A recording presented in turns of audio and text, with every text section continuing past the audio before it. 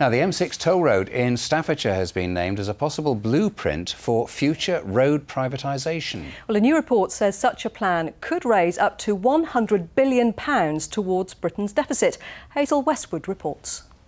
The millions of miles driven on motorway networks every year could amount to £100 billion towards resolving the budget deficit if the UK's motorways were sold off.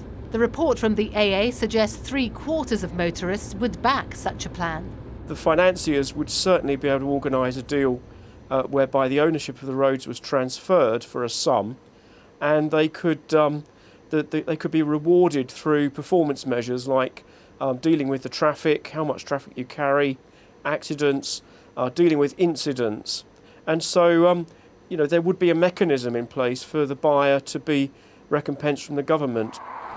Truckers like Chris Woolfall out on the Midlands roads were avoiding the M6 toll, saying privatisation of British motorways and major roads would be disastrous for business and industry. We pay enough in road fund licence in any case. You pay over £100 in your car licence, never mind what you pay for a truck. It's thousands and thousands of pounds, and it's just being spent on other things other than roads. The Department of Transport issued a statement denying a plan to sell off Britain's roads, but said we might consider the option of delivering new road infrastructure with private capital.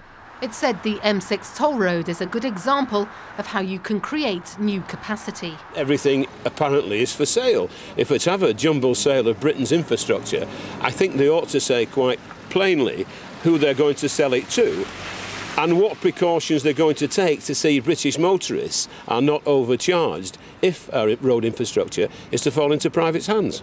With predictions putting tens of thousands more cars on the roads and no capacity for road building, driver charging is being seen as one way of keeping Britain moving. But the RAC Foundation says that must be as a substitute and not addition to road tax and fuel duty. Hazel Westwood, BBC Midlands Today, Birmingham. Now he dreams of becoming